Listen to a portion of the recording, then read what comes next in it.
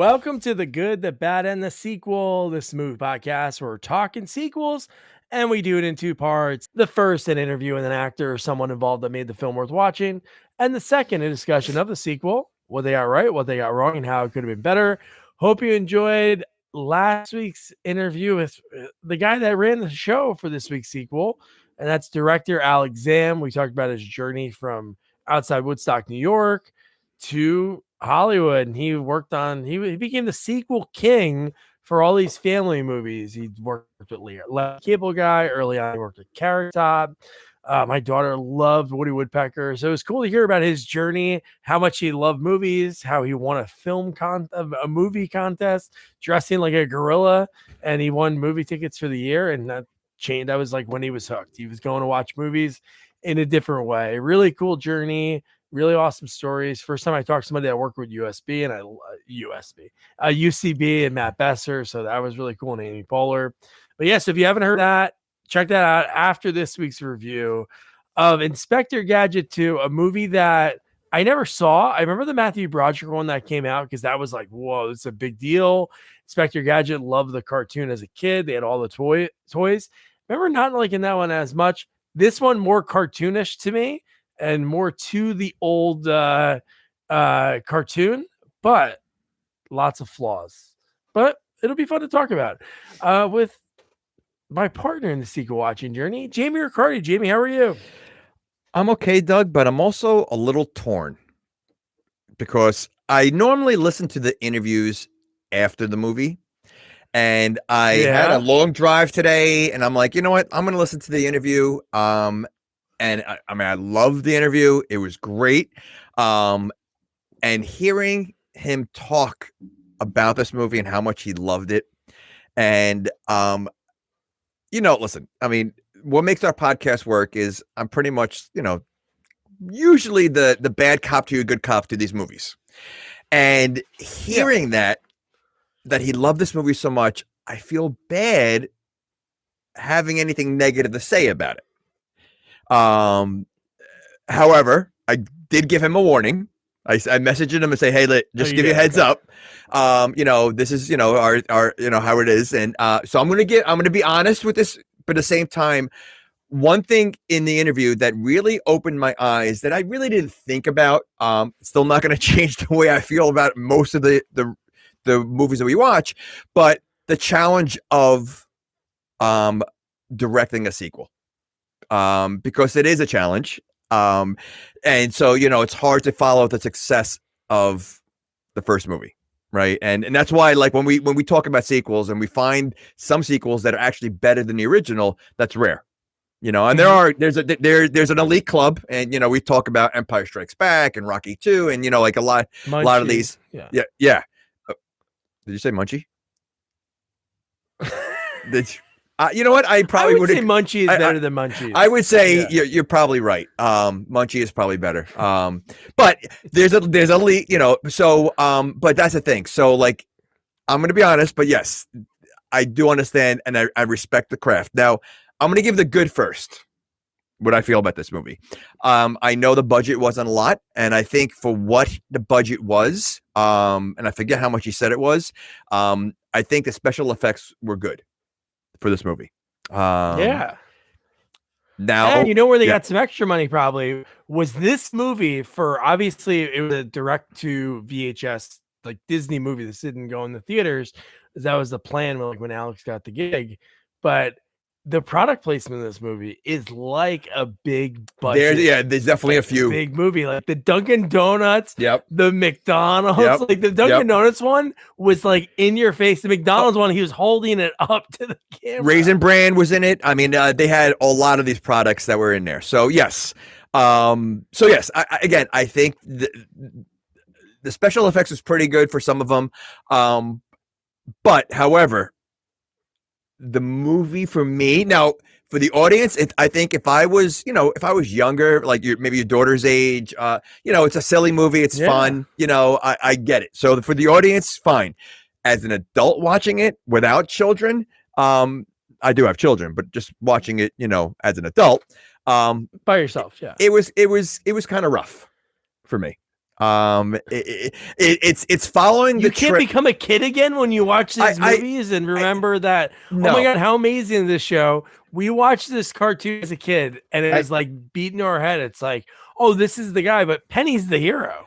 Like well, Penny always is always. everything. So here's my problem. Here's one of the problems I have. So yes, I watch the cartoon also, and obviously it's this movie. It's almost like part of the problem is this movie is very similar to Pink Panther, right? He plays the character like Inspector Clouseau in this movie, the way he is. He's the movie like that thing. That's probably the way they did the original cartoon. It's a bumbling detective, except he has all these. Tricks in his sleeves. I think the original is more about Get Smart because it's the same. Isn't it the same actor that did Get Smart did Inspector Gadget? I think it is the same voice. Yeah. So and Get Smart had the shoe phone and all that stuff. So I think it was more of a take on Get Smart than Pink Panther, but Get Smart was a similar kind of thing too. I think with the Pink, I mean, they're all in the same category, but French Stewart. I'm not, listen, you go from Matthew Broderick, who at the time was probably big, in all these movies, and then French Stewart, I can't tell you anything else he was in outside of Third Rock from the Sun. He was in Home Alone 4. I only know that from doing research for the podcast and reaching out to movies, but no. Okay. Yeah. Okay. My guess is he didn't get this role because of Home Alone 4. Okay, so that's part of it. Like his shtick of his he's playing a very similar role. I didn't watch Third Rock from the Sun. I mean, I've seen parts here and there, but I was never I never really watched series. But it seemed like he's playing the same role that he played in that show. Like a very similar, sort of. To be honest, when I saw he was the lead before I talked to Alex, and I was telling my kids, I'm like, oh, this guy directs a lot of family movies. Let's watch it. And I was pleasantly surprised. I'm not saying he did a phenomenal job. I think he did a better job than Matthew Broderick. Matthew Broderick in that movie plays it so silly because I don't know. Matthew Broderick, because of Ferris Bueller to me, it's so hard to look at him any other movie. 100%. Because this super cool guy. So it's weird to see him bumbling as a moron. Well, I feel like Matthew Broderick is the same as what's his name? Ralph Macchio, right? Even though Ralph Macchio was, totally, dude. Yeah, he was good in too good almost. But Ralph Macchio was good in My Cousin Vinny, as the Italian. But you know what? It was a very similar role that he played, the Italian kid in Karate Kid. But you see him as Karate Kid. You don't see him in anything else. It's very difficult to see him outside of that. And same thing with Matthew Broderick, but he still is a bigger name, a bigger face. To me, there was no one else that they could have found except for French Stewart, who's I don't think if you poll movie watchers, can they name another movie he was in outside of Home Alone 4? Which again, Home Alone 4? Yeah. I mean, because I gave that one away. Yeah. I couldn't. Right. But I don't know. Maybe maybe based on the budgetary restrictions, they had to go through a different tier of actor. So they had to go to the bottom of the barrel and then scrape it up, and that's. Oh. I mean, again, they had to save the money for the foxy Elaine Hendricks, who as a kid, I didn't see this when it came out, but I remember The Parent Trap. She plays the evil one trying to take Dennis Quaid, and God, she is gorgeous. I have two questions off the top that I want to get to before we get into the movie.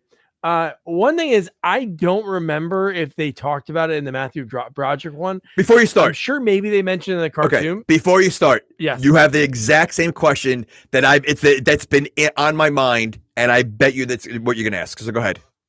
Oh, how did he get custody of Penny? Well, that's a two-parter. So that was one of mine. So that absolutely was because they don't talk about where are her parents. Where are her parents? They don't mention anything about her parents. I hope their parents, and I don't say this to be mean. I hope her parents are dead and there's no other relatives because he should be the last person that gets 100% to be able to watch her. So so that was my second. I had two big questions. He doesn't know when school is or when school ends. he doesn't know how to be a cop. I mean, the fact that he relies on an 11-year-old girl to solve every single, and she tells him what he's going to do, and then 2 seconds later, he says the same exact thing, like he came up with the idea. And he takes credit. And takes credit for it. So, He, again, like, you have to question, how is he still a cop? Or is he a cop? Like, he's an inspector. So, what's the difference between... Well, he goes from inspector to Mr. Gadget pretty quick, and he's a janitor. But what is an inspector? Like, because he's on the police force. So what's an inspector? That's a great question. I don't know. It's somewhere in the realm of detective. Is it? Like, was Monk an inspector? Maybe an inspector is somebody you hire and it's not really on the... Well, that's investigator. That would be an investigator. Like, and so inspector... Investigator? Inspector is would be like more... I would work, like, I guess it would work with the crime unit, looking at, like clues, right? Looking for clues, inspecting the scene or whatever. Here it is. Inspector is a general term for various supervisory roles in law enforcement. Okay. He should not be supervising anybody, including plainclothes detective. Okay. Wait, it's the same thing. A detective, on the other hand, is specifically tasked with investigating. So inspector is actually, he's a supervisor? Okay. So there's people that are supposed to... I was going to say, he should not be supervising anybody. And have you ever, outside of Inspector Gadget... Detective Gadget. Have you... It doesn't sound good. Wait, Inspector Gadget. Have you ever heard of a real-life inspector? Outside of maybe, like, someone that's inspecting your home? Like, in England, that's a... In England, on British cop shows, it's inspector. Is it? Okay. That's what they call their boss. So I guess that's like a captain. Is Clouseau inspector? Is it Inspector Clouseau? Or is it Detective Clouseau? Oh, I don't know. Okay. All right. So here's my main question. Oh, so what's your other question? Yeah. I'm looking this up. Okay. So he's an inspector. Okay, he is. Okay. So Penny, but the second question I had was, how did he get custody? But the first one is, so is he RoboCop? Like, did he get in an accident and become, whatever? Like, is he like more robot than human? Because it seems like he's more robot than human. And like, is he RoboCop? That's a great question. I don't remember his backstory of why because it looked like the female that they created is pure robot. All right, that's what it looked like. They upgraded. Here it is. Inspector Gadget's, here's his origin story. Which maybe it almost looks like it's from a cartoon. He was an ordinary police inspector who, after a slip on a banana peel, undergoes a costly and sophisticated bionic operation and become a cyborg. Wait a second. That's pretty great. You know what? We have to look up, I guess, maybe the first episode of Inspector Gadget. I wonder if they cover that. I never knew this. This was based on a comic, I think. It said many versions of the series intro, including the one mentioned in a Reddit post, directly reference the banana peel incident. So their idea of Inspector Gadget is that he had so much internal and external damage from a banana peel slip that they had to basically make him 90% robot because of a banana peel slip. Yeah. Okay. All right. He was on top of a building and he fell off. He slipped out of the banana. Now, okay. If it was in a road, that'd be pretty intense. Or he had getting whacked by cars. No, I think if he was on the roof of a building, he slipped in a banana, slipped over the side, and landed on the sidewalk, and then they peeled him up, and then I can see that, yeah. But okay, so that was my question. Like, is he a robot situation? I mean, a RoboCop situation? Was he in a terrible accident? And I guess you answered my question. He was in a banana peel accident. Banana peel. The other question is, before we get into the movie, which these movies, like a lot of these family movies, especially the way, like, I don't have a ton of notes. How about for the Lady Gadget, G2? Is there a backstory for her? Like, was she, so because they said she's the upgraded. Well, no, I think she's just from this. Like, she was just made in this movie. I don't think it's from. No, I know that, but he was created because of the banana peel accident, and so they said, here's the upgraded model. So something must have happened to her.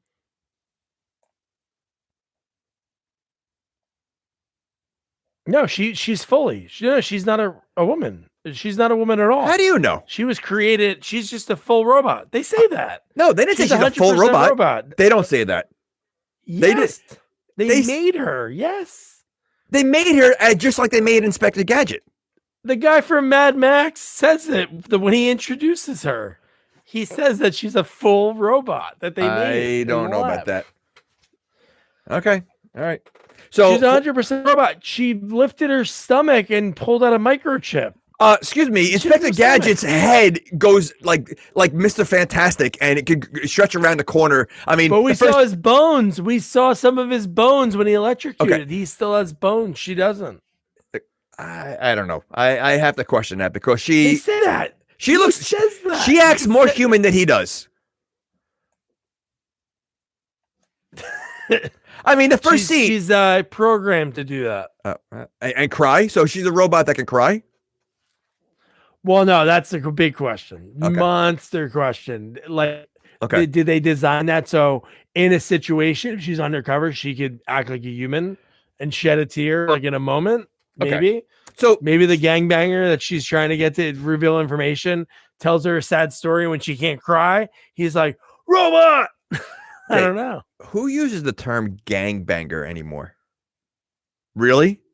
I think if you went to the Crips or the Bloods and you say, "Hey, are you guys gangbangers?" I think they would take that almost in a very insulting way. Yeah, well, I think it'd be insulting if I walked on their turf, just me. Hi, Mr. Crip. Hi, Mr. Blood. So, how do you feel about gangbangers? Oh my gosh. This movie's gangbusters, so let's get into it. Wait, before you get into the movie, here's another question then, because we're talking about the robots and the humans. So the car, is the car a robot? Was the car a human that became a robot? The car is a full. No, it's a full robot, and they chose D.L. Hughley's voice. Okay, so the only human robot is Inspector Gadget. Only human robot. Yeah, he's a cyborg, part human and part robot. Okay, but everything else is full robot. Well, I guess Dr. Claw is part robot because his arm's a claw. So was he manufactured through the same company that made Inspector Gadget? I don't remember his origin. I don't remember Dr. Claw's origin story.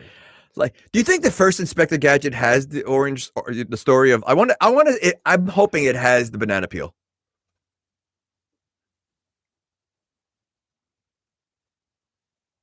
Yeah, I don't know. Okay, all right, because to me, and this is a big question, and again, I have very little notes, so I'm probably gonna be jumping all over. But the car. What's the car's purpose? Because the car seems to be the most useless thing in this whole movie.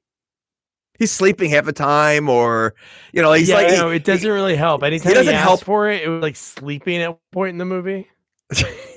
Or he's like, it doesn't seem like he wants to work at all. The car, like he's literally avoiding doing anything. So I just like, what's the point of I get maybe we're spoiled with Kit because I guess it's very similar to Kit. The car, he talks and he can drive, but he literally doesn't do anything in the whole movie except talk back to him. And there's a line later in the movie that he was working nights, and I guess maybe that was a reference to the stakeout, or maybe he has another job, as he was sleeping during a mission.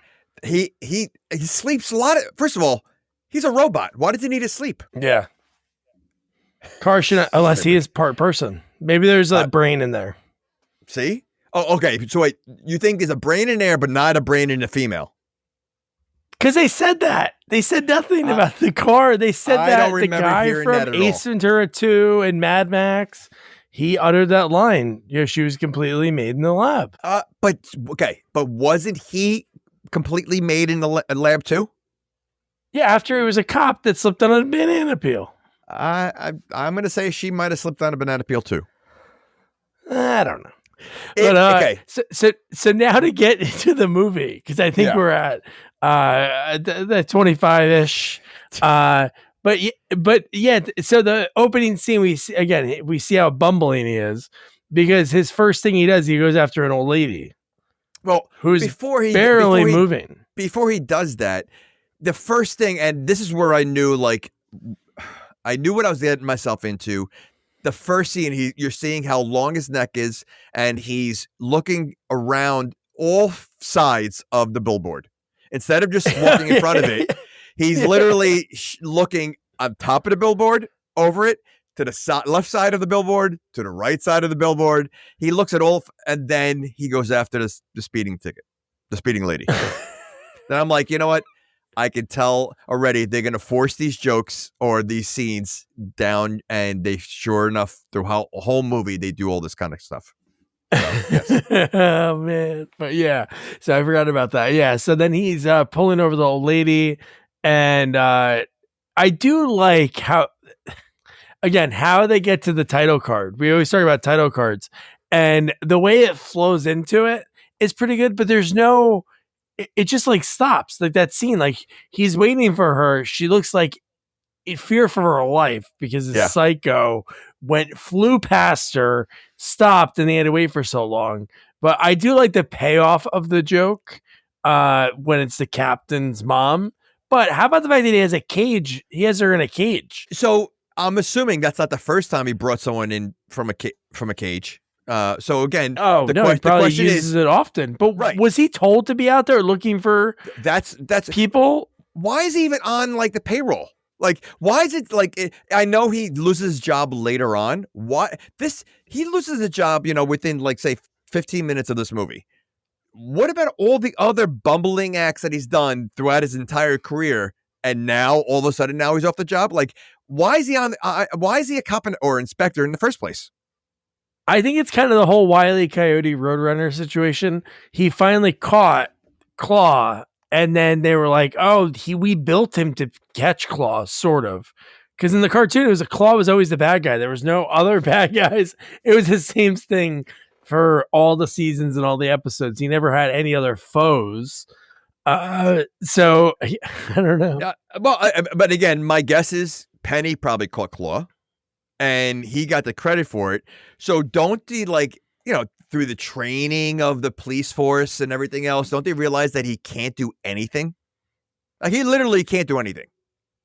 He doesn't arc out his knee. Well, and then he takes credit in his own mind. He solves all these crimes until finally, at the end, he's like, oh, "It was her." And I love that Dr. Claw even gives her credit. Yeah.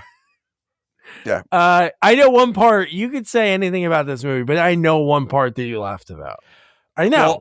Well, there was one line that he said that I did think was kind of funny. No, I'm talking about in the jail. Oh, the jail scene with Granny. Yep. Oh, my mom's all out there, and stupid. It's so stupid. I mean, like, that was such like a Naked Gun kind of like gag, like, like her. Yeah. I mean, again, I think the movie has potential. I think for me the problem is French Stewart. Like, I just don't like. I'm not again. I don't see the like. He's almost annoying. Like, I mean, and again, no offense. And I reached out to him, by the way. He doesn't have a lot of followers, and he never responded to me. So, well, maybe he doesn't use it. But I think maybe the other people auditioned for this role. Time on his hands. He's hanging out with Jamie Kennedy. God. He's hanging out with Jamie Kennedy. That's what he's doing. Okay. No, but maybe the reason he got cast, and also maybe the other people who auditioned were known for other things, and they really wanted somebody. Because again, not bash him, people love Third Rock. I know that, but other than that, you don't think of him from something else. So maybe that's why they went for him in this role. I don't know. I guess again, this is directed DVD, so I mean, Again, I don't know how much money it made. I think I do because of the interview. So it did do well. I mean, I think for on the budget. Again, for a Disney movie for young kids, it's entertaining. And they're not going to know the difference between French Stewart or whatever. But yeah, I don't know. I just Well, no, we still have a lot to talk about. We don't have to talk okay. about your final verdict All on right. it yet. But Well, Granny, when she's teaching all the to bring back my word from earlier, gangbangers. But when she's teaching all those guys and like, and here's the kidney, and then you're in a world of, I think she says, and then you'll put him in a marathon of pain, and then just starts punching the guy. He's flying up, and then I love the back shot because you know it's a guy. Like when they show the Granny from behind. Oh yeah, it's so funny, dude. But and but she was scared, like you said before, she was scared for her life with this lunatic that's arresting her. Yet she clearly could take care of herself, and or maybe that's the ploy she does. Evil Granny, like criminal Granny. Oh no, I'm old. I don't know. How did I get into this bank? So she plays possum. She plays possum. So then you know what? The chief should be hiring her to solve crimes and not Inspector Gadget, who can't do anything. What if she was the criminal? She was the mastermind. She was Claw at the end of the movie. Claw? Rips the mask off. You never see her and Claw in the same room together. Never do. She might be Claw. And now Claw gets out and it's very like, oh yeah, Dr. Claw escaped. Okay. And this whole city's counting on you. You got a guy in a moment. He just arrested your mom, put her in harm's way. And now the whole city's counting on you. There's no one else that can help. Penny can help or Inspector Gadget. That's it. Do you see any other police officers besides him and the female robot? I feel like there's people in the bullpen, but you barely see them, right? You like when they're walking through the office. Is there anyone else? I don't think so. But okay, so here's the other thing. So Claw is this mastermind, like he's like Dr. Robotnik, right? He's this mastermind guy, that is the main villain.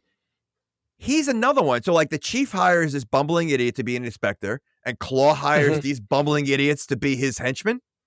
But he did put out one ads. Like Death Wish 3, we always talked about how do they get more guys? Do they call around, like put out one ads? He did. He put a one ad out there, and that's how he got that. But now my one big gripe, I should have mentioned it earlier when I talked about my other gripes, the voice.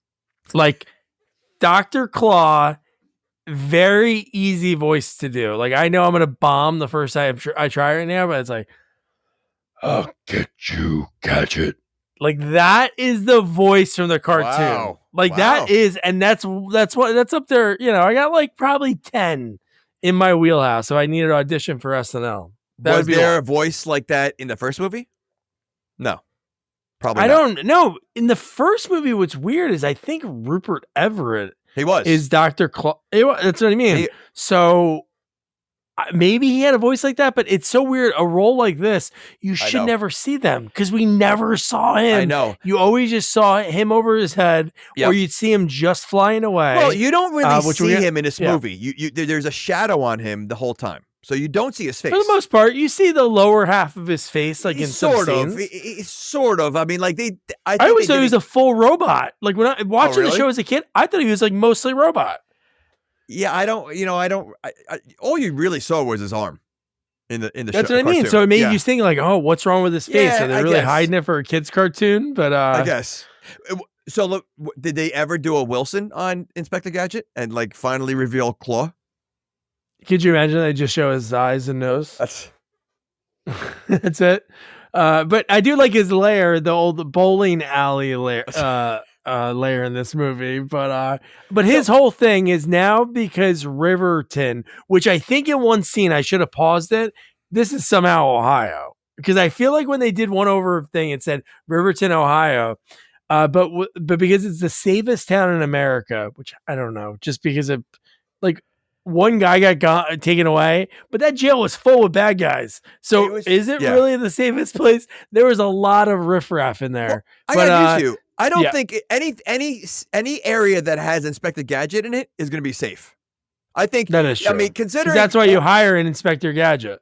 Well, you hire him, but he's more unsafe to be around than I think any criminal.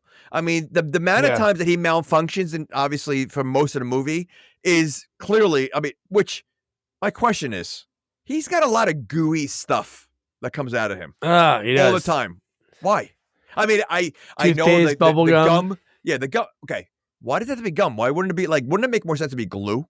I mean, not for nothing. Gum is a candy. You eat it. his is gum is a weapon. Like that's one of his weapons. And it shot out of a thing. I thought it was weird that it came out of like a chewing machine almost because it was like making the Right, yeah. and then spit it out. So does he have like unlimited resources of different gadgets that come out?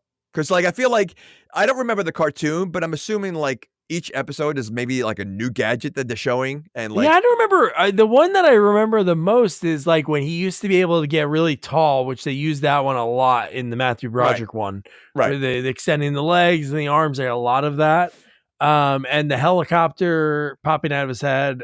Right. But I don't remember all the other ones. I'm sure there were a bunch of other ones Because in this one, but, he has a bunch of things that come out of his hat. A ton. Oh, dude, he has for some reason toothpaste. So in one part. Okay, so here's another question I have, and I'm gonna even go back to Goonies because Data also wears a trench coat, and Inspector Gadget wears a trench coat all the time. Why?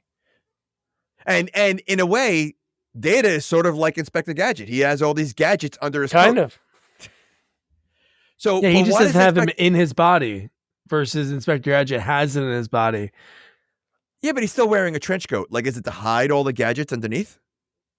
Maybe his skin is just so wretched from all the scars and staples to hold all that in. Because he literally wears, I don't think he wears anything but the trench coat the entire movie.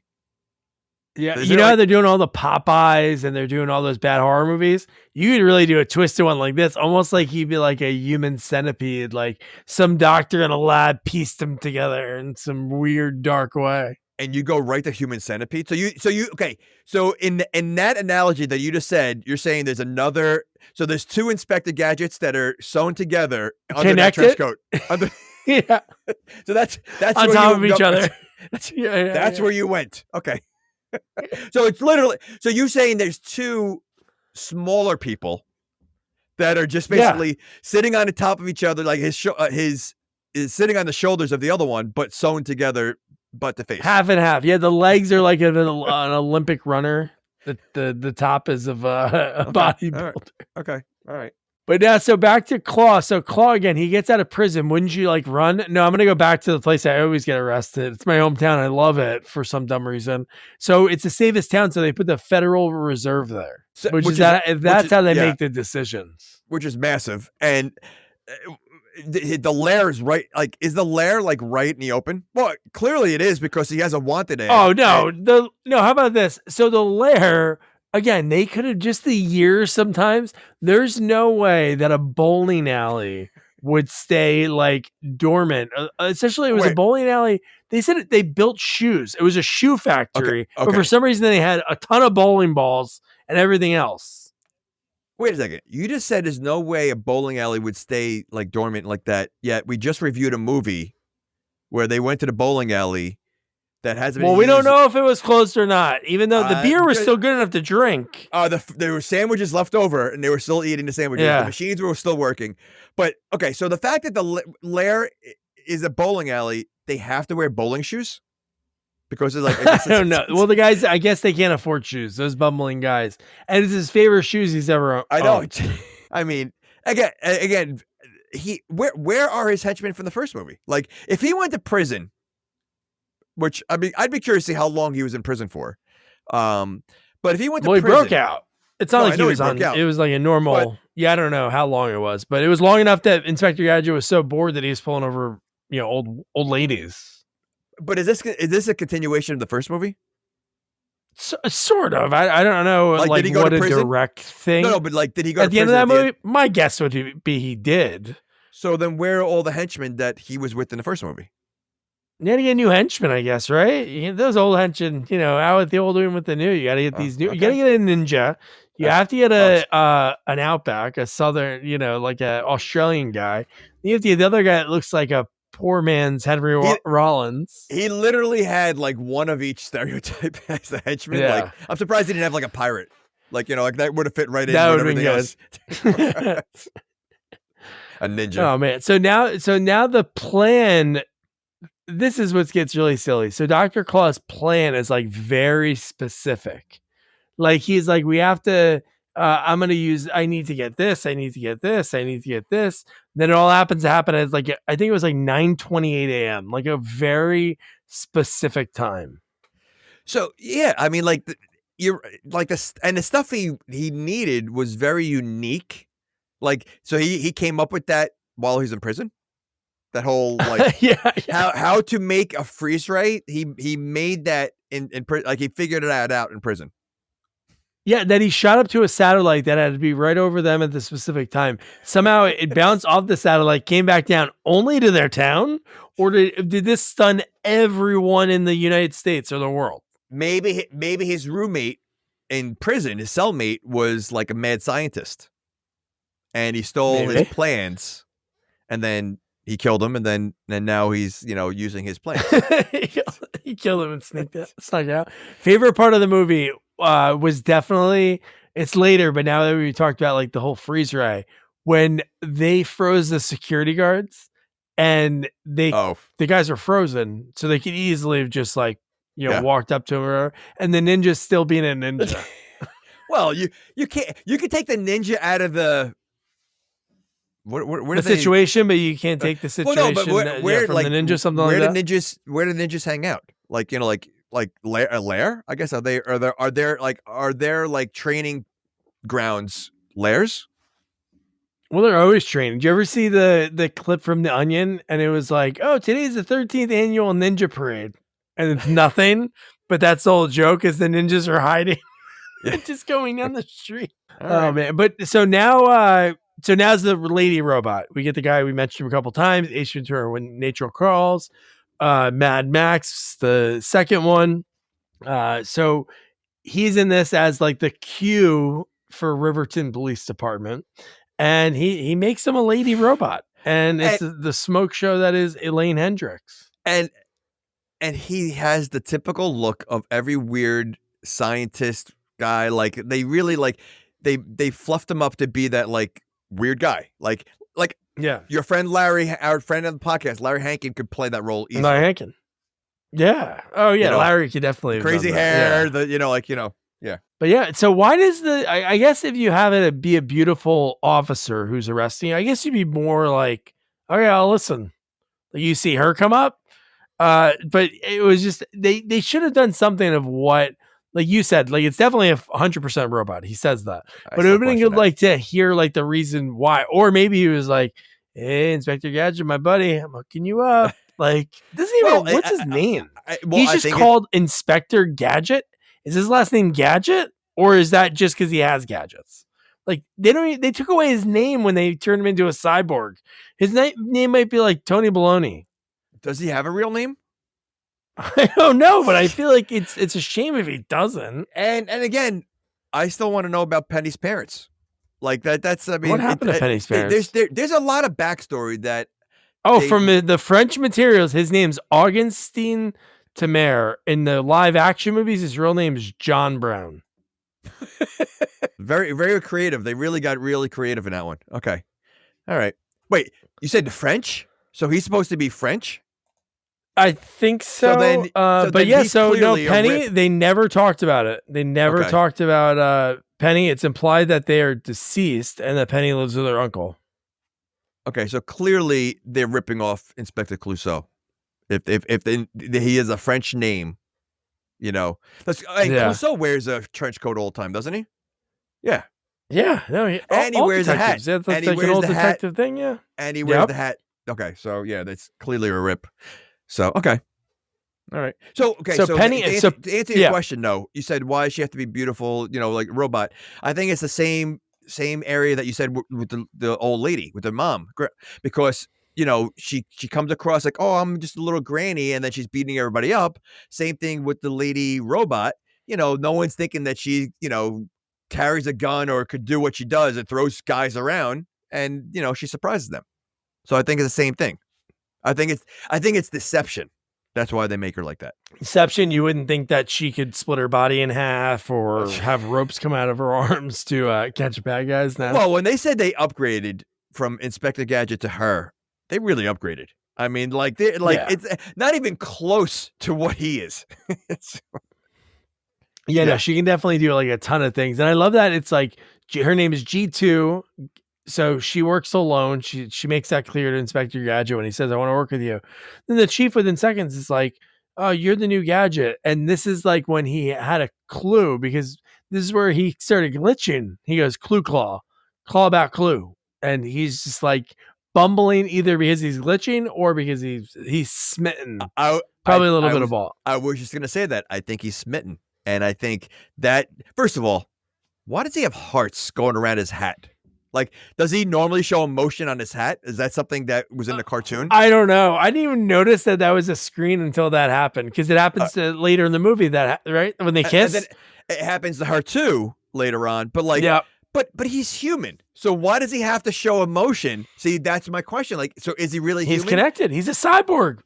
But he can express his feelings. He doesn't have to show it with hearts around his hat. He could say, "I'm in love" or whatever. So like, for him to have those kind of emotions makes no sense, because he's human. He can express it. But he doesn't have much emotion. He talks like a robot too. Well, that's him.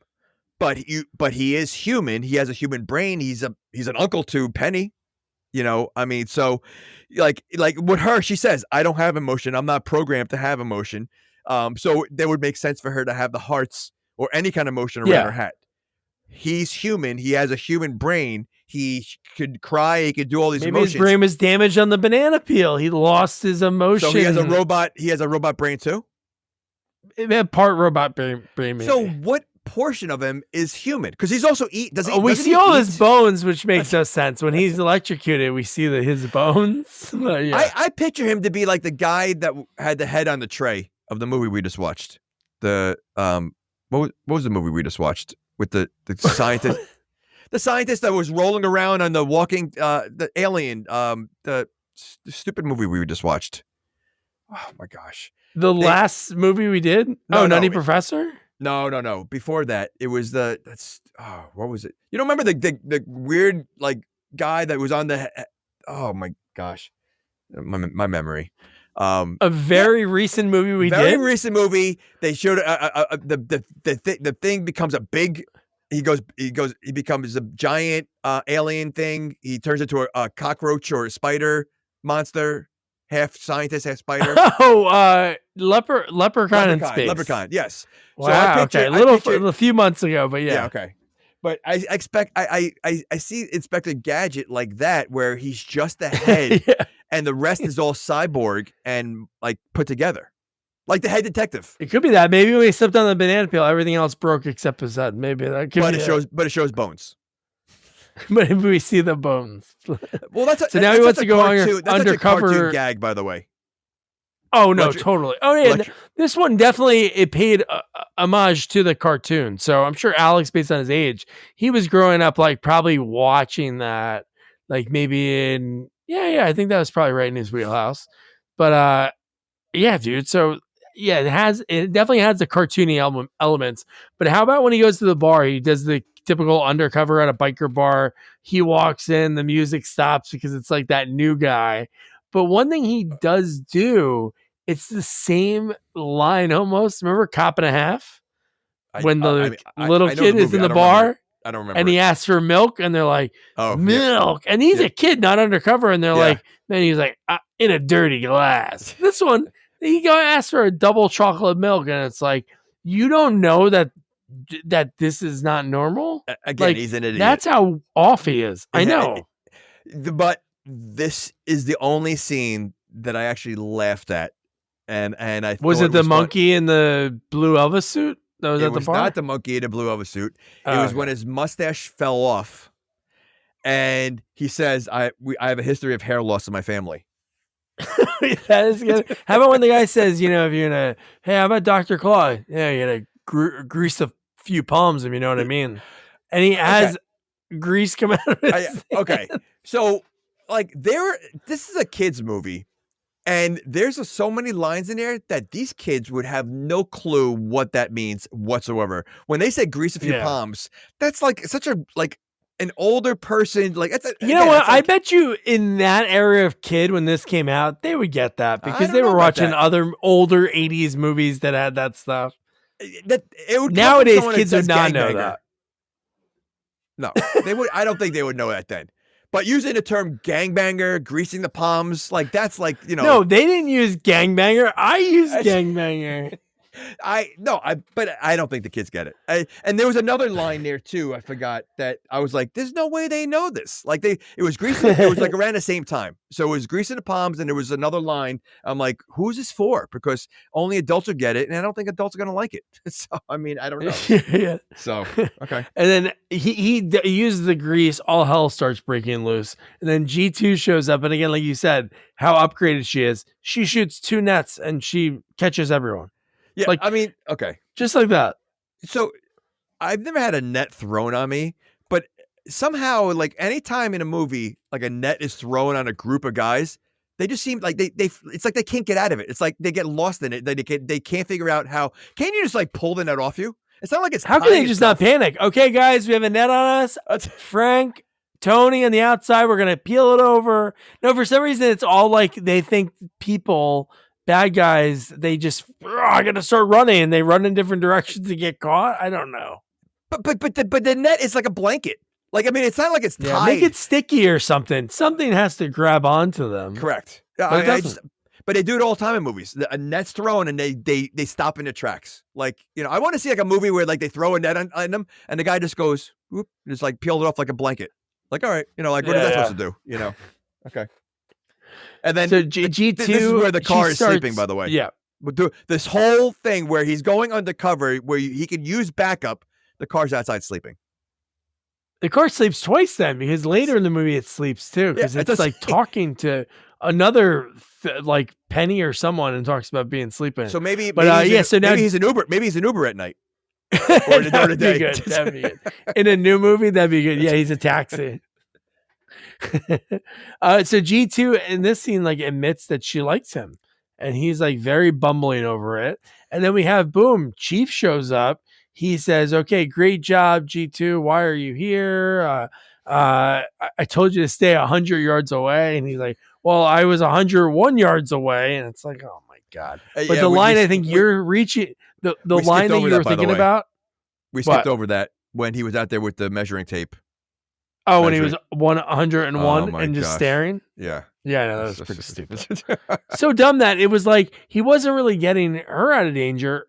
He was that far away and then saw her and then just went in there. So like what he said to the chief made absolute zero sense. And the fact that she went into his face, like his space.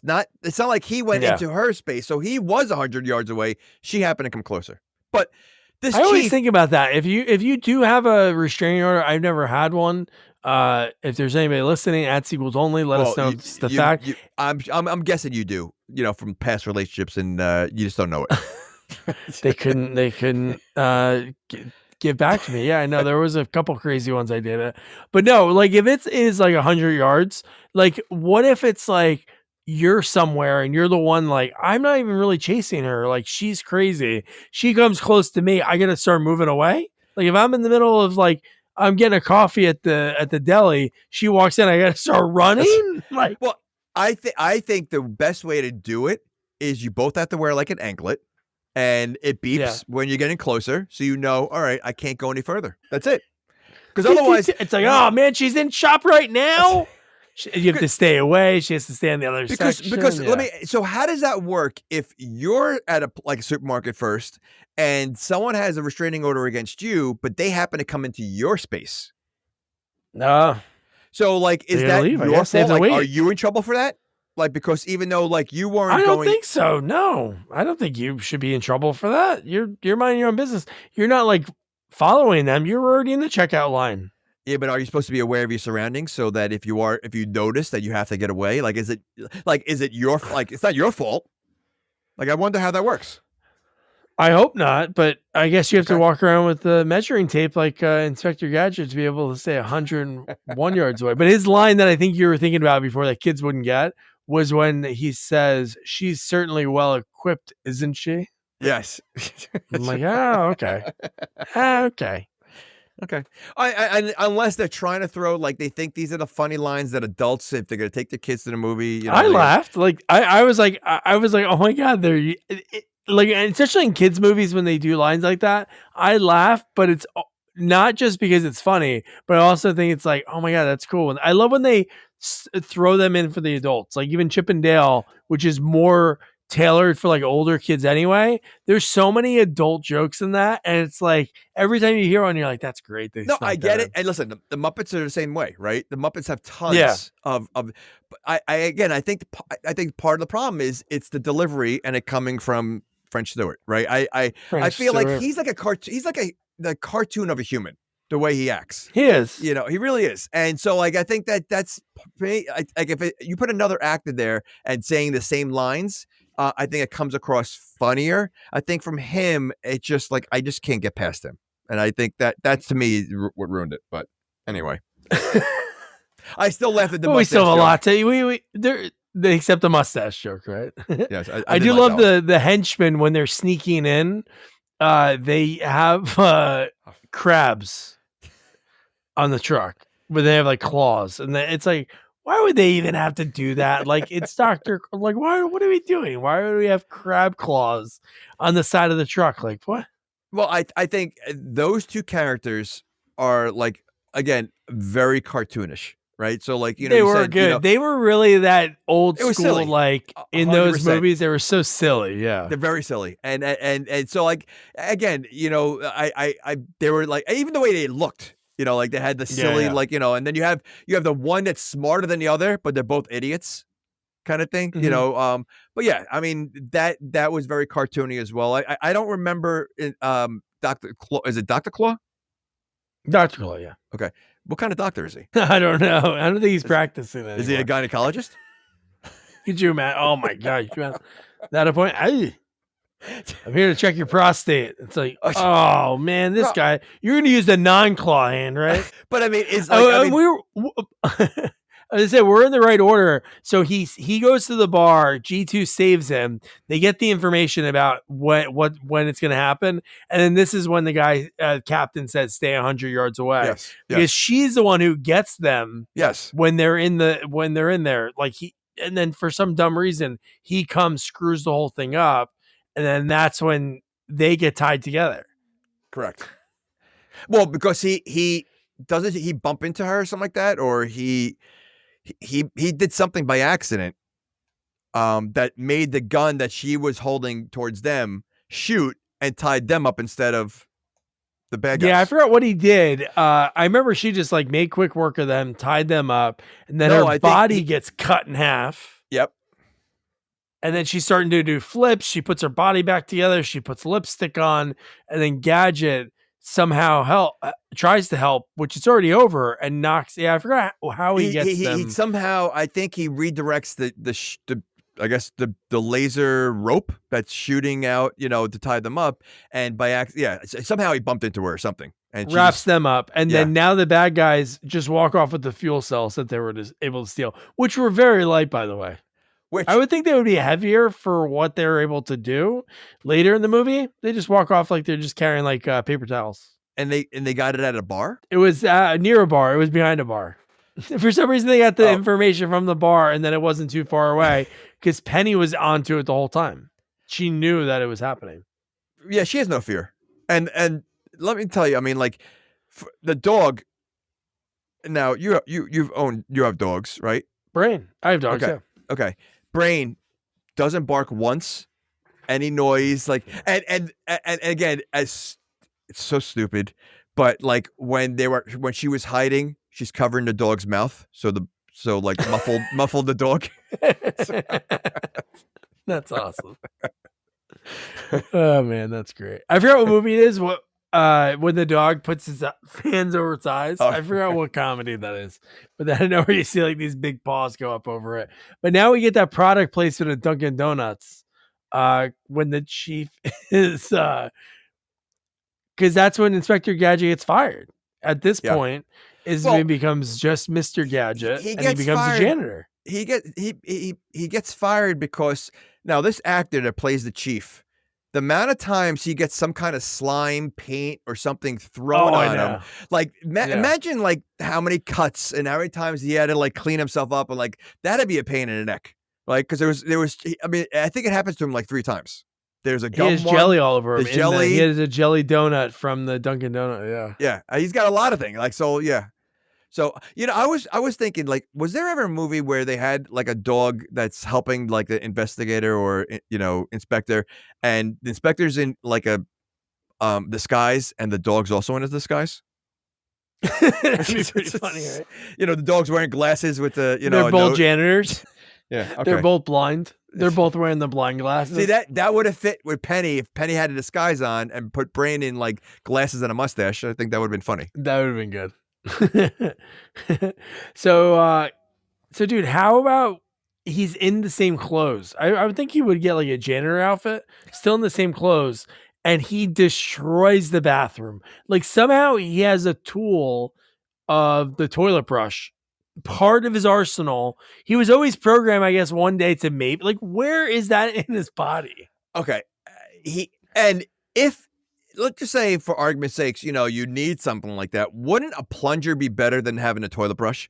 Like, I mean, like if you're gonna equip a robot, an inspector robot with all these gadgets, I don't think you're gonna have the brush and the plunger.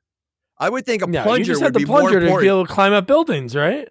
Well, that too. I mean, I was just thinking, like, if he like you said, he destroys the bathroom. If he really destroys the bathroom, that he needs a plunger, But like why a toilet? Like, why was he like whoever the Q was? I forget his name. That made Inspector Gadget. What made him think to say, hey, you know what? We're gonna put a helicopter for a hat to help him get around. We're gonna put we're gonna put slick shoes to like shoot oil out, to make bad guys slip on the floor, and we're gonna give him a toilet brush. Like, maybe they were like, we had to give him 10 things and they only had a budget for 9. And he was thinking the last one, it was just like whatever's loose in the bathroom. Yeah, and let's just throw that in there. You never know. But he destroys it. Like, let's throw it in. He's never going to use it, but let's just throw it in there anyway. And sure enough. Yeah. It'll be funny. One day it'll work, Good for dinner conversation at a cocktail party. You guys want to see a cool thing that Inspector Gadget has? And he pulls out like the toilet. Oh, what a party trick. How does he end up inside? Because he gets in the toilet. Right, he goes halfway in the toilet. He's pretty much in the toilet. Yeah. He turns the thing on like full blast. He starts spinning. He gets thrown out of the door. Water shoots from the toilet, gets all over the one detective in the bullpen. That's the only time you ever really see the other cops. They're just like sitting there, and the one guy gets water all over him. And yeah. So remind me, is the toilet brush attached to his head? No, his arm. Okay, it's onto his arm and spinning. Okay, all right. I mean, that could be a good weapon too, I guess. But yeah, it could be.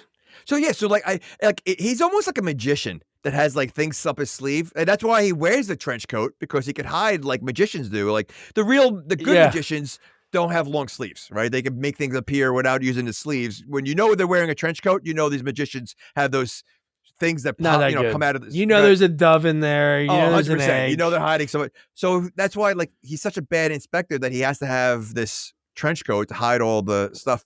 Because I think if he took his trench coat off, would you see like the toilet brush behind him, and then you see like other things like all like wrapped all around him? Like you could see all the gadgets that he has under the trench coat. Yeah, because like the guy when we talked about in Vacancy 2. Remember in Vacancy 2, the guy that we were talking about that sells the tapes in the trench coat. But trench coat's just bad vibes of people in trench coats. 100%. So I mean, but are these gadgets inside of him? No, I think they're inside of him. Yeah, 100%. Oh, they are. So they're okay. So when they come out of his head, pops out of his head. Okay, you see a helicopter pop. A helicopter so then he's not human out of his at head. all. There's parts of human in him. You have an umbrella that's coming out of his head that flies or whatever. So what's in there? It's clearly hollow. Because you can't fit a helicopter umbrella, whatever, that he has inside your head. They can't be. Maybe that's why he's not that smart. They only left a little sliver of brain. I don't think he has any brain. I think he's. You know what? You know what? Maybe he wasn't human. I don't buy that banana thing. That sounds ridiculous. I think that was made up. I Well, gotta re- some I gotta it was from the show, I think. I gotta research that. I'll try to find the episode and put a link in the Yeah, episode. I'm we sure gotta research they have a that. clip of that on YouTube. But so now Gadget, he's fired sort of because now this is when he takes away everything. I think now he's fully just Mr. Gadget. Penny gets like a letter and has the cutout letters, and her thing is trying to be like, oh my god, this is probably from Claw, and she's like, how did Claw write that way? And it's like, no, they're just cut out letters. Like he can't even fathom that this is like cut out magazine letters. No, he thinks this What is actually how Claw writes. was he ever a good detective? Like I like when they because they created him. Like when they had to see what they have. Like, is he on the decline? Like he started off really good, like female robot, and then he just started getting worse and worse. Or, I mean, I'm picturing that he's been an idiot the entire time, and didn't they realize they made a mistake, like with him, because he clearly has no skills whatsoever. Well, we definitely know he needs help always from Always. Penny. But I think he's definitely declining because they talk about the glitches and trying to figure out how to fix the glitches. And he really doesn't have that microchip, which makes zero sense that she could take one of her microchips, give him 50% of the power, and then still she can do everything. They should have shown something she couldn't do that he could save her. My guess there was also no is point that he gave one up and it was fine. Oh, and he wouldn't have the same microchip either. Like, I mean, like she's an upgrade. Like he's been around for a while. So like my guess is like they upgraded everything, but somehow it fits exactly to hers, to his, and like they're compatible. Like it's like you can't even get a new cell phone without the same charger. You can't it's get like a new thing correct. already. That's right. Yeah. That's what I mean. So like you're gonna tell me they just yeah, I don't know. All right. Yeah. So now she's like, oh, it's probably a trap by Claw, and he's like, I don't know, I'll go and stake it out. So it was like the mayor's benefit. No. The later thing was this was like the revealing of the laser. So they're gonna talk about like the laser, the invention. They had the scientist who looked like the Monopoly man. Yeah. Which was ridiculous. But all the cronies look so silly. The way she dressed throughout the movie, but she was good. Like her character, she was so overacting. It was great. Oh my god! But this is where we get the McDonald's ad. He's at this thing that seems like a pretty serious event, right? That you should be paying attention. People are talking. Yeah, it picks up McDonald's. He's like slurping on stuff. And this is where he starts to get controlled because those guys come up and say, oh yeah, we're your number one fan. We're Gadget fans. Like, and that was the mayor's mansion, right? The mayor's house. Was it the mayor? The governor? Or I don't know. This or the later event was at the mayor's mansion. I don't know what it was, but one of those. Either the one that was later when he was dressed like a. Oh, okay. No, the campaign was later. No. This was the scientist's reveal. Yeah, but I think this was also her donors for her campaign or something like that. I think they were the donors were later, right? Yeah, no, they were the campaign. Yeah, but I think because when he screws everything up at this party, she says something like you chased away my donors or something. She says something. I know you're mixing it up. There's two different things. There's later when he's working as the doorman, when he's parking the cars and he's the valet. That's the donors, because their thing was, you cost me so much money. No one donated. This thing was the scientist revealing the laser. Because then that's when they were able to control him. And he's the distraction, like throwing the McDonald's everywhere, making his head go all over. And everybody's watching him while the two guys walk off with the laser. And Penny just points, doesn't say anything. And it's that easy just to he's created by the police force. And it's that easy to just change him, like, and correct, manipulate, like, so they could control him. Yeah. Well, is it easy to do what they just did, like put the thing in control him, or the fact that Dr. Claus is using one hand to do all those motions? Somehow he's using one hand to make him squirt the mustard on the ground. He's dancing on the mustard, and everybody's just like looking at it and not noticing two men take a laser. But the thing that makes no sense is Penny doesn't open her mouth to say anything. Like, it's not like those guys are going to shoot her or do anything from that far away. You're in a room of people. Just say, hey, look at those guys. No. Why was the laser there in the first place? Because they were displaying it. It was on display. The scientist was speaking. Mr. Monopoly was a scientist. No, I know, but I'm trying, like, wasn't that okay. So now I'm getting confused. So was that the laser? That was part of what Dr. Claw needed to build his thing. Yep. To build Okay. this thing. Yep. So what was that laser that they stole? Oh, I don't know what the purpose. They really didn't even talk about it. He talked about it for like 10 seconds, and then that's when he started making. So we didn't see the Inspector function Gadget of that laser at all. There was no function for that laser at all. We don't know. Just a laser. I guess when you mix the laser with the fuel cell I don't know what the purpose of that was. No. Well, it almost seems like every like bad guy, they always have to have a laser of some kind. Like it's always lasers. You know, even in Dr. Evil laser. Dr. Evil in Pink Panther, he had a laser. What's his name? The inspector? No, was it Inspector? What's the guy that always twitched every time Inspector Clouseau was around? Oh, I don't remember. Okay. I've seen those movies. I don't know, but I've never seen them enough to remember all of it. Because there was one where he goes absolutely crazy, but he had a laser that Clouseau by accident bumped into, and it split the guy in half. Oh, really? So the gadget, the last thing he does to like really end everything is when he shoots the mayor with toothpaste. And then he tackled it into a perfectly set up pile of feather pillows. So he pretty much tar and feathered the mayor in front of everyone. And again, why does he need a big thing of toothpaste with that amount? That's like must be something to put the bad guys in a sticky situation. Oh my gosh! So a toilet brush. Not for nothing. Maybe the scientists should get fired because clearly maybe there was just stuff in the bathroom. They really just needed to fill it in. What else do they have? This is your cop. This is your best cop who has a toilet. I'm sure he has toilet paper somewhere that if it's needed. I think he has unlimited resources. He's like Green Lantern. Like whatever he wants, he just pops out and he has. Well, he's making some bad choices. If he's choosing these bad choices, that's not good. Okay. Yeah, but you know what? Some of the bad guys, they're getting away because she says, Brain, stop them. Instead of telling adults in the room, Brain's chasing it and then grabs the guy's bowling shoe. So that was like the clue that they were like, how are we going to figure out where this is? And again, Penny, super smart. I would have probably just went to anything bowling in the town, but she cuts the shoe open, gets the patent number, finds it. And I love the way she figured it out like pre-internet. It's like, oh, when was last year that this building was operational? She looks in like 2 yellow pages. It's in 59 to 60, not in 60 to 61. But the fact that the building's still standing 40 years later in that good of shape, that's kind of shocking. Nobody's been in it.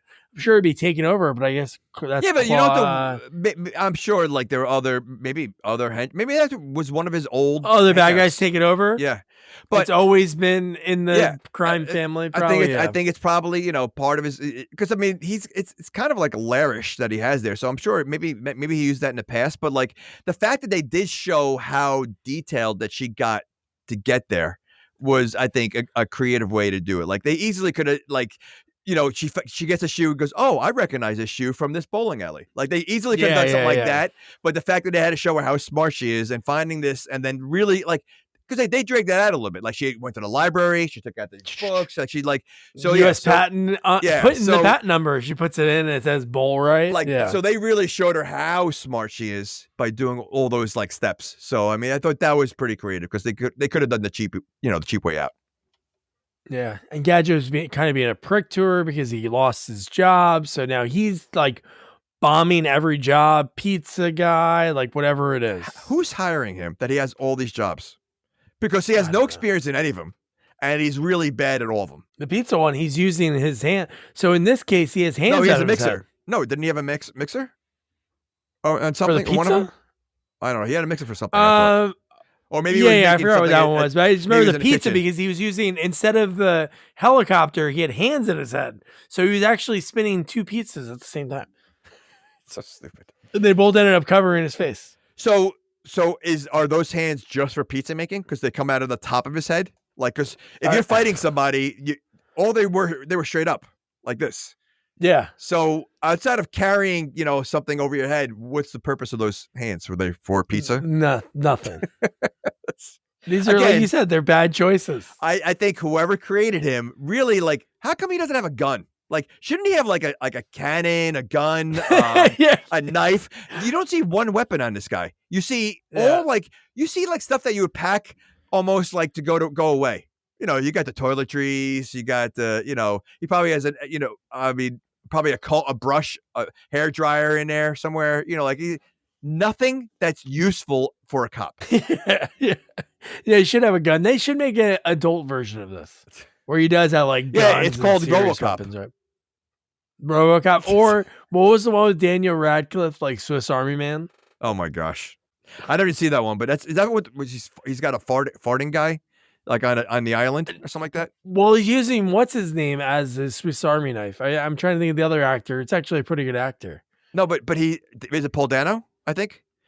Yeah, it's Paul Dano. It's Yeah, Paul yeah. Dano, and I think he's like farts a lot or something. I don't know. I forget. I never saw the movie. I never saw it either. I just but remember I heard about seeing it, and I'm like, you know what? This seems like a good equivalent to what that is. But Oh my gosh. so again, he's bombing all these jobs. Again, somehow he gets the job working the mayor's like benefit for all of her constituents, donating money, and they're there because the last piece they need to the puzzle is a ruby.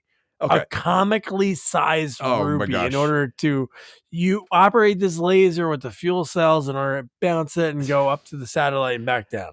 Okay, so let's backtrack a little bit. So you said he gets a job at the mayor's thing. Now, the mayor, I would assume, knows who Inspector Gadget is. Yeah. Knows that most likely knows that he got fired because he seems to be the main. How would he get a job working with the mayor? Like he seems. First of all, when people are struggling to get jobs anywhere, this guy gets a job anytime he turns around, he's getting another job. Like people are hiring. He must be a really good interviewer, like an interviewee. Like, because he clearly they hire him right on the spot. Or they're just like, oh my God, this guy in the interview today, I had to hire him. He had like hands coming out of his head. Just think of the possibility. He doesn't need any tools at once. He doesn't need any tools. He has them all in there. Like whatever the job is, he's got the right tool for the right job. He has no family. He doesn't care about his niece. Oh no, he does. He does have family. Yeah, he does. He just doesn't care about her. Oh my gosh. She's like kidnapped for hours, and he had like half a day. He doesn't even notice that she's gone. What's going on? He doesn't. Yeah. Okay. So how about, dude? I do love the band. Like right away, they know that the band is not real, which is crazy, right? How quick into this movie they know? Hey, that actually, doesn't Penny notice it? Oh, the music isn't syncing. Wasn't it Penny? Was she kidnapped at this point?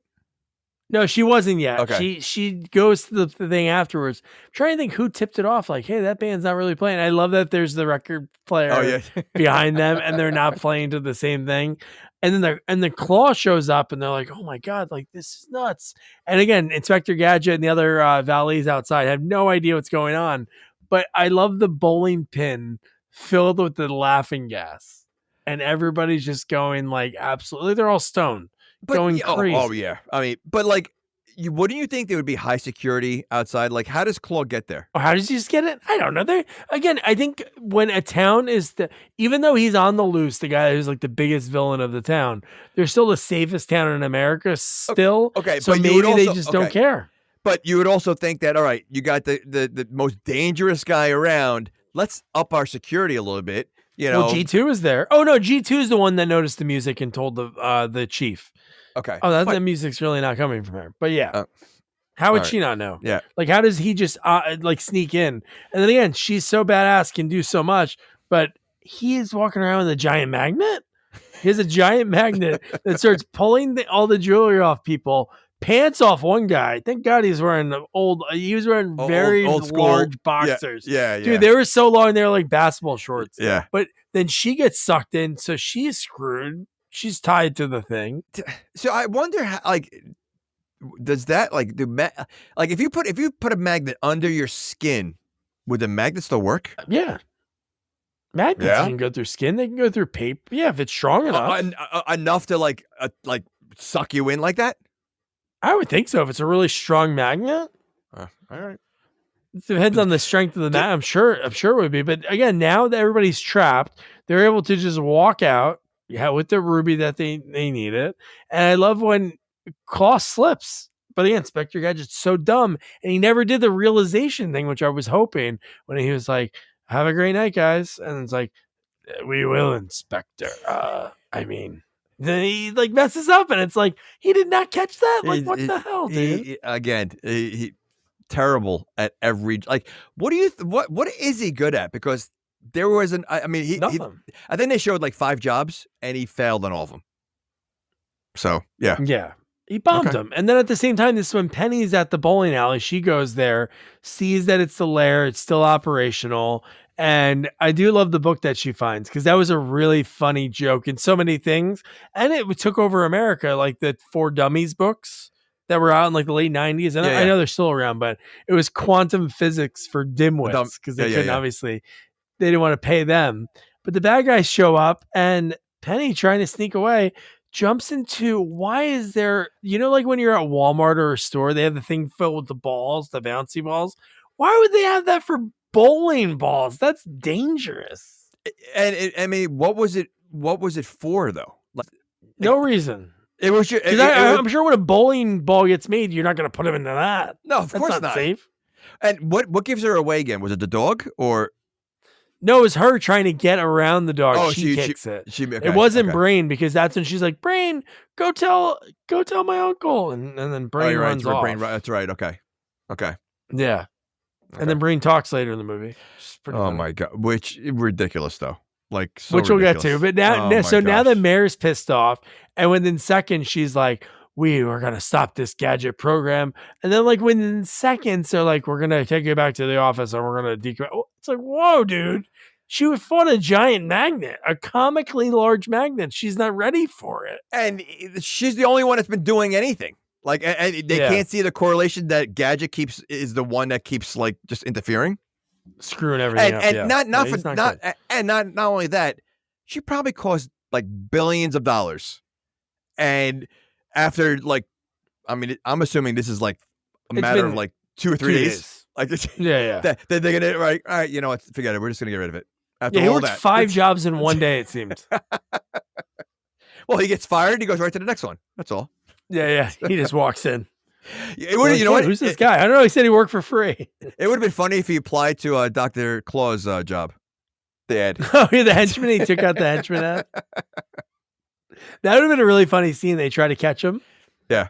He's like, I'm really desperate, and they're like trying to, but he's so bad. They're like, we just can't hire you. And then how about why is he dressed like a nutcracker? Oh, so he does change. Is he wearing the trench coat at this with that or no? Not in this scene. Okay. So No. Even at the jobs, he's wearing. I don't think he's wearing the trench coat at the jobs, but definitely here he's dressed like a nutcracker. Like he looks like a little drummer boy. I'm trying to. Why was he doing that? I'm trying to remember. Was it just that? Was a valet? That was his valet outfit. Okay, he's not undercover at this point. He's trying to get a job. Hey, we work on tips. Oh. Does he even drive? Because he has a self-driven car. So does he even know how to drive? He doesn't know how to drive, and he never parks a car. No, he just opens the door for people, and somebody else is driving it away. I guess I don't know. Oh my gosh! All right, he really is useless. But somehow he's a bumbling idiot, right? He's a bumbling idiot. They're going to decommission G2. She cries, so he's like, "I'm going to go break her out." How the hell does he get into the police station, sneak into the room, and why is there a printout that is so large, like a sash, that says to be recycled? They know that's going to be recycled, right? This isn't like a table of boxes that you're like, all right, that box is a good box. We're going to keep it. Let's mark that like save. No, this is a robot that you tell the janitor or whoever's going to be doing the recycling. Like, I'm sure your garbage company is not coming to pick her up. Like, why does it say to be recycled? So are they planning on like melting her down and throw her with the rest of the metal that's out there? Hey, for the taxpayer dollars, come on, you better reuse that thing. Turn it into a meter reader or meter cop. The fact that he was able to sneak in there, I'm not surprised because if he's their best detective that has been out there, that's true, right? I mean, like, who do you think is at the office? I know. So yeah. Oh my god! And then he walks into the room. He starts talking to her. And then he picks up a random drink off the table and drinks it. And it looks like detergent. Oh, maybe he's refueling his toothpaste or something. So how does that happen? Is he using the grease and now he has to get a refill of grease? He's eating and drinking throughout the whole movie. and he's a robot. Like again, like Yeah. I think he's consuming like food more than the humans, Penny and anyone else in the movie. He's the only one actually, I think, that is actually doing any of that, and he's constantly like, drinking or slurping something down. Yeah. Okay. And then Brain shows up. They hook Brain up, and I do love the different changes of language. And again, a dog has an opportunity to finally talk. At least it had a gripe. It said, "Hey, can you buy different food? Can you buy new dog food?" That is good. But I like the couple of channels they had before they got to the English speaking. Just like dude. Yeah, that was funny. But I expect a little bit more like dog jokes now that he's speaking. Like you finally have a dog that could speak, and like it would have been funny if I don't know. If they ran with that a little bit, just a little bit longer. I mean, like I think it was almost like too clean, too quick, and let me explain everything again. Can they put that to any animal, or is that just for dogs? Like, I think it's any animal because they had to find the dog channel. So the dog human channel or something. Oh my gosh! Then why wouldn't you put it on a dog the whole time? Why wouldn't you if you? I think they had to find it. No, but if you could make one of those, why wouldn't you make like tons and put it on every single dog that's out there? You're just hearing dogs talk all the time? I'd rather hear dogs than humans half the time. I got 2 kids that don't go to sleep at bedtime. You know if I heard the dogs talking at the same time? Come on, let me up on the bed. Come on, man. I think it would be good if you put it on a dog and you don't tell them, and they start having their normal conversations, and now you're hearing things you don't want to hear. Like, man, I really hate my human, man. This guy is like, he farts all the time, and like he just doesn't give me enough food, like and they're talking like, but they don't realize we're listening. What? Did you see the ass on that poodle today? Could have got that if they didn't chop my balls off. That's the first thing the dog probably talk about. Why'd you do it, man? That would have been funny. That would have been the first question. Absolutely. I want to remind you. Thank you. Yeah. Thank you for taking away my manhood. Thank you very much. So now this is like when when they use the ice cream truck that has the laser in it, they shoot that into space. And they're able to, freeze everyone. But I do love that she's so futuristic, the way she's like powering up, and he's using Energizer batteries, D batteries in his arm. The number of product placements, I mean, it is insane. What I wish they loved? Remember those giant batteries? They were like giant 9 volts. I'm trying to think what I had it for. Yeah, like it was like probably for like a little car or something like that. Yeah. They were huge. Like that's what you wanted to have. That? Those were D. Oh my gosh. Well, he had D batteries. Do you remember buying batteries for D, like for a boombox? Those didn't last that long at all. No, and you had to put like 8 of them in there. It wasn't like putting 2. Yeah. Yeah. Oh my God, that was the worst. But I do love when they finally do get into the vault. It was like the first time, even though it definitely obviously wasn't real and like CG, but I do love that it was like Scrooge McDuck. Everything was like, it was just gold everywhere. Like, what do you do? Like in that point, gold weighs a lot. Like, were they even prepared for that? I was going to say, like, they didn't look like, did they even have bags with them or anything or carts? Like, no, I don't think so. I don't think so. So they were like, they were parked close enough. Why wouldn't they make that their lair instead of the bowling alley? Now they have access to it. They have all the money now. Make it their lair. And everybody's frozen forever. Everybody's frozen. Kind of boring, right? I wonder if they have a mini laser that they could choose like some other people. They need some people walking around. Then they have to cook their own food all the time. They have to choose the places they want to go to each day. That show was it Will Arnett, the Last Man on Earth? No, Last Man on Earth. Yeah. Was it Will Arnett? No. Oh, it's the other guy. Forte. MacGruber. Will Forte. Same thing. But he had a blast, and he was the only person around. He did have a blast. Yeah. I mean, that show was great. It did, and then it just jumped the shark. The first season was really good. That just was really cool. Like meeting people, and then like January Jones, and then the other guy, the heavier guy that's in a bunch of stuff, like a great character actor. Yeah, no, it definitely was good. Okay. So here's my question, big question. So they were able to get they had their car. Like when they got into the vault, they had their car that they filled up. So they were prepared. Just going to my next note. How did the car fit in there? Like you're telling me to get to a vault, they would have something that's big enough that an ice cream truck could fit through? You would think you walk through doors to get to the vault. Did you see the size of the whole building? Like the whole it was huge. It was massive. Ridiculous. So I mean I guess but I would think you wanted to curb bad guys from trying to get to it. So why would you give them access to be able to pull their ice cream truck in to steal it? Well, maybe they like ice cream. Listen, they don't think they have barbecues there. Like, you don't think they call in ice cream trucks all the time. So they probably made sure that, we can. At the Federal Reserve? Hey, guys, we need an ice cream truck here. We're having Food Truck Wednesday, for different lunches. Oh, man. So this is when he admits to G2 that he's kind of glitchy. So she goes, I'll give you a chip.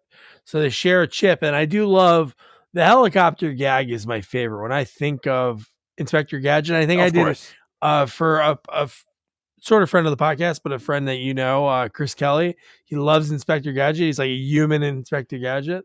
I remember doing a painting and I gave it to him, and it was of the helicopter head because I'm like, that is like when you think of Inspector Gadget. So it was cool to get that. Yeah. And everything was working for him later when he's like, Go Gadget, like what did he need? Like clippers or something. And he's able to chop the wires, like the wire cutters. So there was cool things. Once he was able to be fully operational, that's when I was like, this should have been the whole movie. I know it's the joke that he's bumbling, but it's great to see the things work. No, of course. But you just reminded me. So he's voice activated. He can't just make these things. He has to say, go Gadget. It's like Siri. He's got to do it. Oh my gosh! You can't just say, "Hey, text message." You have to say, "Hey, Siri." Yeah, but isn't okay? So if you're like surrounding the bad guys and you're like, "Go Gadget gun," you're giving them enough time. They to get out shoot of you there. on go. Well, of course they are. Like that, or you're just giving them like a warning. Here's what's coming next, and you're telling them ahead of time before it comes out. Like why can't he have this? Like they created him. Just all of a sudden have the umbrella. I need this helicopter. You have to tell it to come out. Yeah, that is true. If they say like "Go Gadget," and then the bad guys can prepare for the next thing. Yeah, I can pull out my thing to counter that. Yeah. That was stupid. Okay. Go Gadget toothpaste. You have a shield. The other guy has a shield. He can block it. So is it only his voice? Like, what if the bad guys say "Go Gadget" and they say something? Will it happen? Or that'd be good, right? Like it's only him. Go Gadget, rocket to the moon, and then Gadget. Self-destruct. Go Gadget. Self-destruct. Didn't they do that bit in that show too? They did that in the show. I feel like the whole like a message that explodes. That was definitely a bit in the show. Was it? I don't remember. Yeah, because I do remember cartoonishly like. So you like, think I think the captain used to read the message and it would I think they took a lot from again Get Smart, James Bond, Mission Impossible, all that, yeah. Inspector Clouseau, and they just kind of threw it all at once, like because I feel in this one he would read it with the captain, and then I remember definitely he would do this. He would throw it in the air, and it would somehow always land right where the captain. Because I think the captain used to give him the missions and be like hiding in a garbage can or in like random. Oh wait, spots. you're right. He would always hide in like the smallest little areas, right? Like in a picture box. I wish they did that in this. Yeah. Oh, you know what? That would have been funny. That was a funny bit. I don't know why they didn't do that. I want to say did they do that in Top Secret with Val Kilmer? Like I feel like they did it in a movie where the captain was hiding somewhere, like or something like that. Oh, really? Maybe. Yeah, that's funny. I totally forgot about that. yeah. That was like a good bit they would do. It was. But I do love Claw. Is one thing you got to give to Claw. Great bad guy. Because he's one bad guy that really sets the timer low. Penny, and this is when he gave her props when he's on top of the car. When G2, she takes care of bad guys because she wraps up the henchman. Yep. The ninja and the other Australian guy and poor man's Henry Rollins. And she goes, this is all wrapped up. Their presence. And then that's when he says to Gadget when he's on top of the car, you should have listened to Penny. That's his bad version. If I did it, you'd be like, oh my God, I'm listening to the show. But yeah, a 60-second timer. That's a good one. Like That is a usually good it's one. like minutes, hours. Well, No, I mean, you have 60 yeah, seconds to get to her. yeah, but I think a lot of times when they do set it, they're setting it at the place where they're doing it, and then they run off. So they have to give themselves time to get out. Where I think Claw wasn't there, right? So like it was a little different. So he already escaped, or did he already escape? No, he did not escape yet. No. We'll get to that in 1 second. But no, he saves her. This is like, oh, this is great. He's able to go gadget wire cutters. Oh my gosh. The wires get cut. Everything's perfect. And this is when we get we're gonna run them over. Yeah, because they're in the middle of the road at that point. That's right. You're right. And this is when the truck is coming. They do go gadget bubble gum. Well, that saves the day because they go back and forth. Well, he goes, watch this part or something. This is my favorite part or something like that. That's what he says. And that's when the truck goes back and forth. So that's why he has the gum. I mean, which again, the two guys fall out. And I guess that was a pretty funny line. I don't know if I'm going to guess those guys weren't in the first one because they came from the want ads, the bad guy want ads he put out.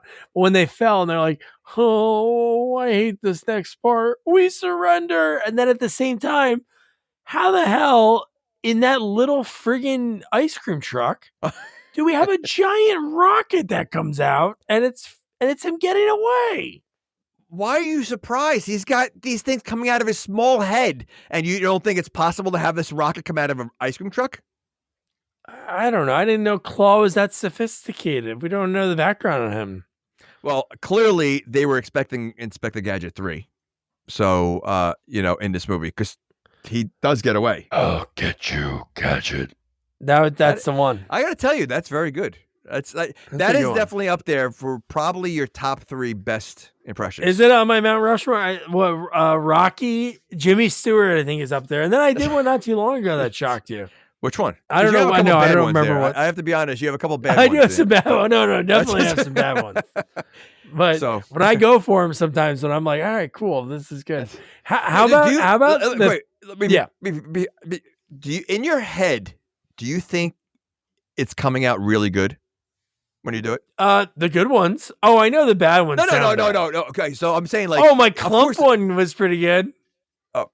It was, but in your head, right before you do it, because I'm assuming sometimes you don't practice, right? You're kind of winging it, and you're just going to come out and do it. Well, Dr. Claw, I've always done since I was a kid. I could always do that. You could tell that's a little different. But do you ever think like before you do it, you're like, I'm going to try this impression, and it's going to nail? Like, I think when I think about it is when they suck. Like, not that one because I know it so well, but I remember one time I did Rocky really good. I forgot we weren't even doing a Rocky movie. I don't even think we were doing Rocky 5.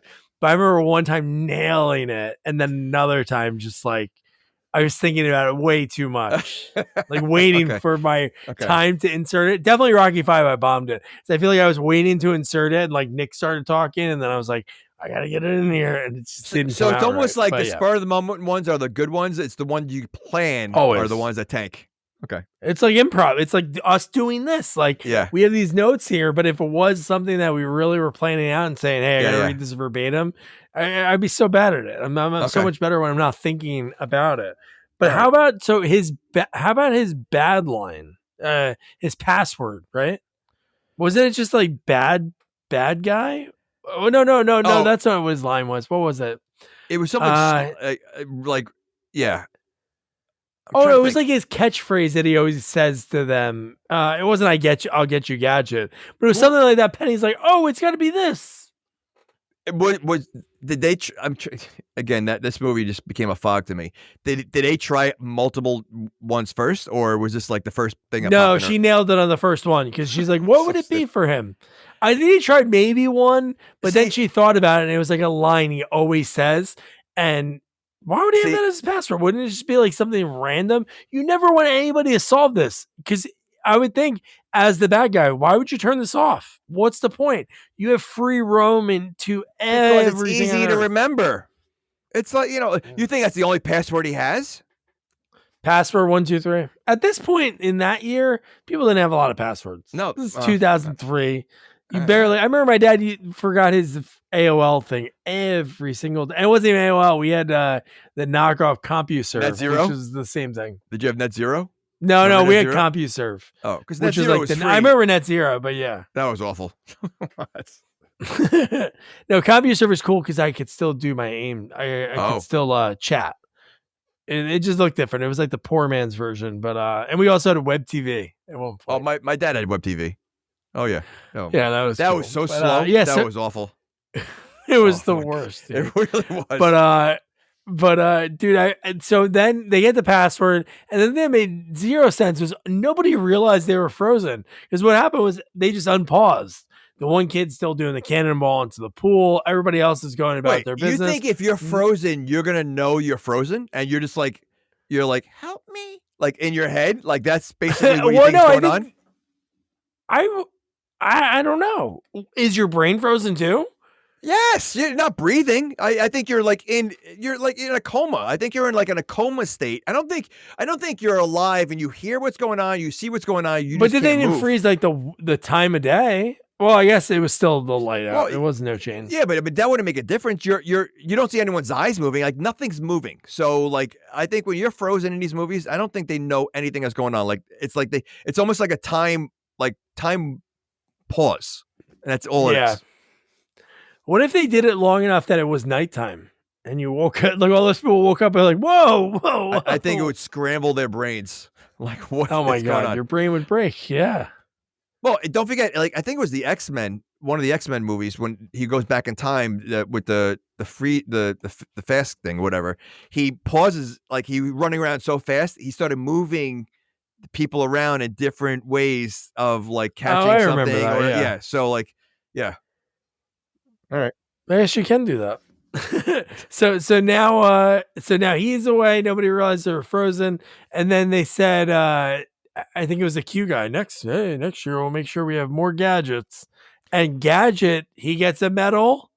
And then what does he do? He gives Penny a medal. At that point, I really thought he was going to give it to Brain. Okay, first of all, Gadget shouldn't have gotten a medal at all.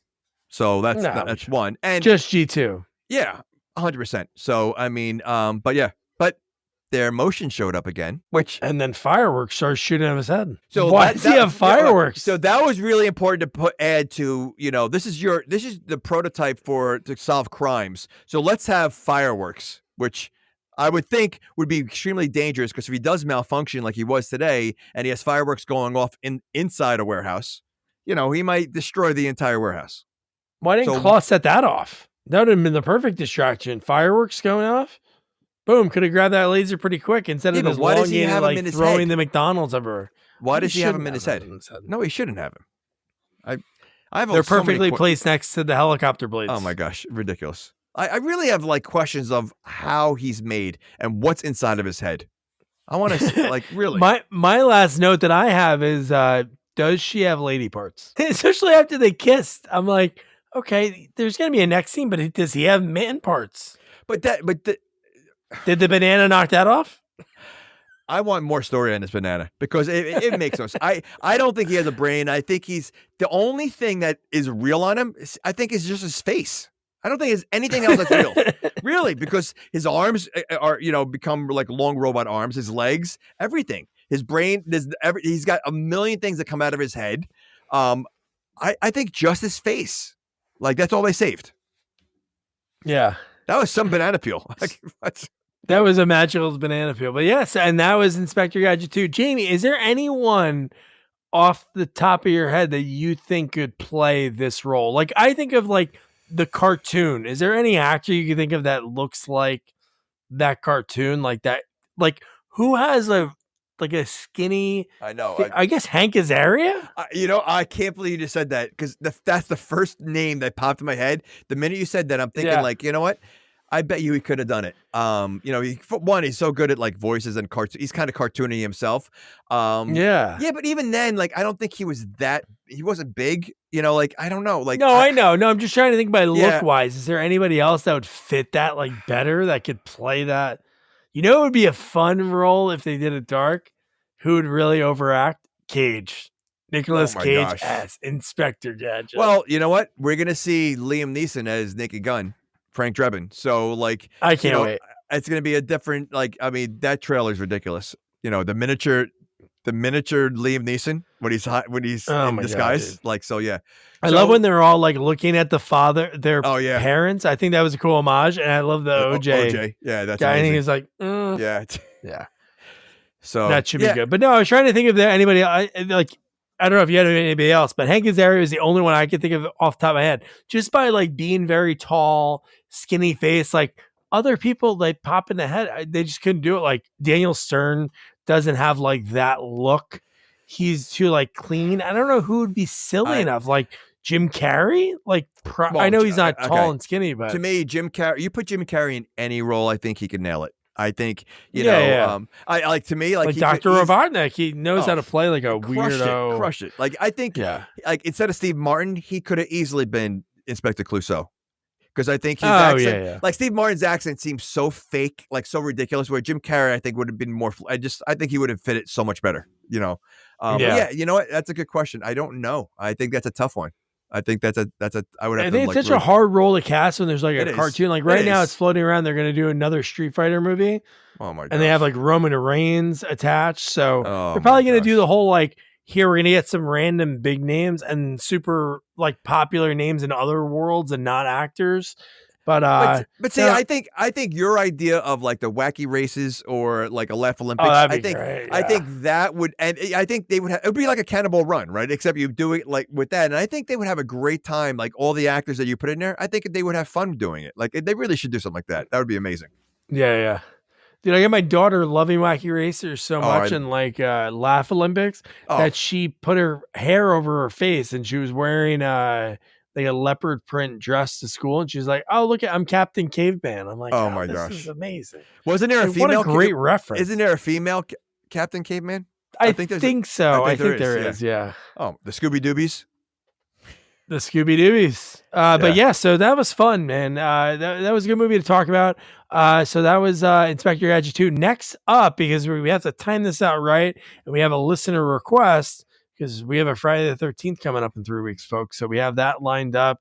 Amazing chat with actor Russell Todd, who is the first person that got killed by a machete by Jason Voorhees in part 2. So we're going to, not that many left. We just have part 3 left. That's all we got left after this one.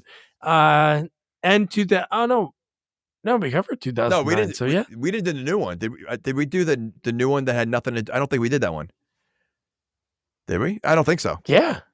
We did the new one that had nothing. No, we didn't. I don't think we did. The new one with the guy with the, yes, dude, we did that one last time. I don't remember. The reboot one with Jared Pell. Yes, dude. Okay. Yeah. I don't remember that one. Yeah, we only had the part 2 and part 3 left, so now we'll just have part 3. So that'll be a cool chat in a few weeks. He was also in Chopping Mall. Cool stories about his career growing up in New York and making that journey out to Hollywood. But next, listener request, Nicole Loftus, she said, "Man, can you guys please cover Rage Carrie 2?" And we got to oblige. And it was her birthday last week, which is pretty cool. So yeah, so that's going to be the next sequel. It's free on Tubi. Be sure to check it out. This is the movie that I think I've referenced in this podcast multiple times, and I reference in life. I'm scared of pools that have covers because of this movie. And you get the home improvement kid, who the older brother, who turned out to be not that great in real life, and we covered him in Tokyo Drift. So that'll be a lot of fun. So don't forget to review, rate, share our podcast. Follow us on all social media at Sequels Only. And don't forget to check out our website, sequelsonly.com. Good night. Good night. Good night, guys.